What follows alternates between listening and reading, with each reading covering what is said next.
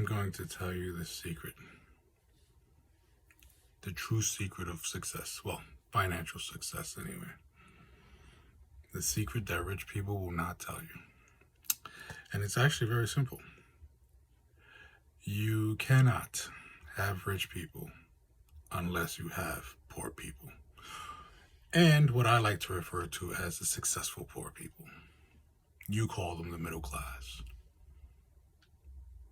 That's how this works. See, I asked the question before, what would you do if one morning you woke up and everyone had $1 million, $100 million in their bank account? And, the obvious answers: buy a house, buy several houses, cars, vacations, college funds, stuff like that. But the only correct answer in that situation is nothing. Because who the hell is going to go to work to provide you with those things?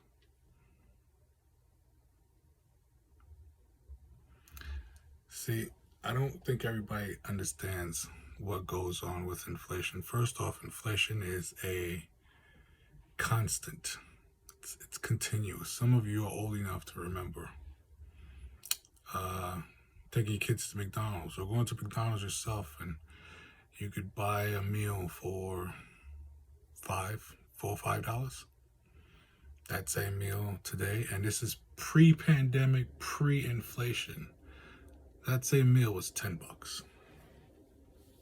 Buy a bottle of soda today, it costs like $2.50. Some of you remember the can of soda being 50 cents. Some of you are old enough to remember the glass bottle being 25 cents. You cannot have rich people without poor people. And the successful poor people. That's how it works. That's what inflation does. See, the more people gain success in the world, the more prices go up. Because we have to keep that balance of people working. That's how it works, ladies and gentlemen. The unsung jobs, the jobs that no one brags about doing, no one wants their kids to become, those are the jobs that makes everyone's life go around. When you go to a stadium and you watch these millionaires play a game, somebody's got to be out there selling whatever snacks it is you want to buy. Somebody's got to be out there cleaning. You go to a hotel or a resort somewhere, you're having a blast, the time of your life. Somebody's got to clean up. Somebody's got to serve the food. Somebody's got to mow the lawn. Somebody's got to keep the pool clean. That's how this works.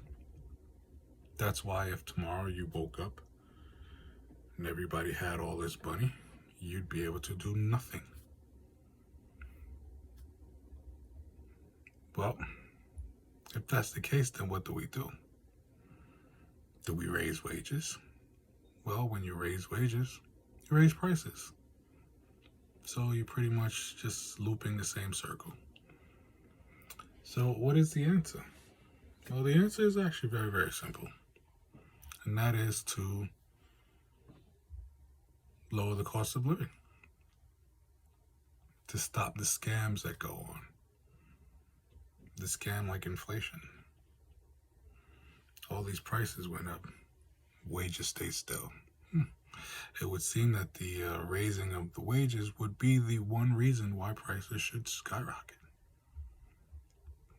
But it didn't. Now I'm going to get the supply and demand argument, which is hilarious because it sounds to me like you guys are demanding lower prices and no one's supplying them. You're demanding higher wages and no one's supplying it. Somewhere down the line, people were fooled. They were fooled into believing that rich people don't have cash. I don't know how you even got that one. Kudos to the wealthy for getting that one going, because wow. And somehow you were led to believe that capitalism is some kind of system you live in. Except it's not. Capitalism is its own entity. Capitalism does not belong to one specific country, one specific government. Isn't it amazing? You don't notice how American capitalist businesses do business in places like communist China, socialist Venezuela, Russia. Hell, Saudi Arabia is a monarchy dictatorship.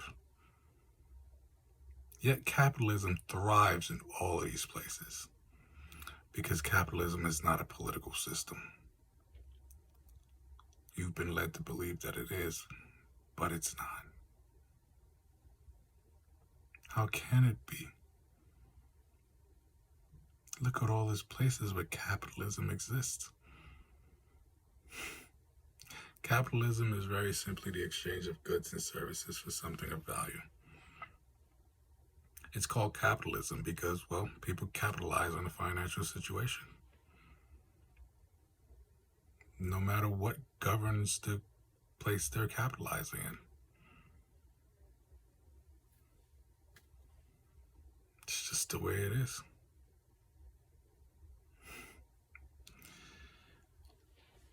So how do we lower the cost of living like I mentioned? Well, I've done these videos before. It starts with the con job of real estate. Your property isn't getting any bigger. Why should the price go up? Why should your rent go up? You're only paying for space. The crazy thing about real estate is if there were no such thing as a bad, poor neighborhood, real estate would have no value.